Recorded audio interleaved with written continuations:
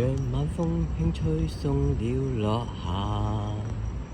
我已習慣每個傍晚去想他，在遠方的他此刻我知道，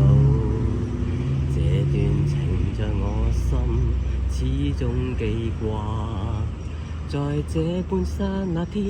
天我知快將要別離，沒說話，望向他，只聽到他說不要相約，縱使分隔相愛不會害怕，遙遙萬里，心聲有否偏差？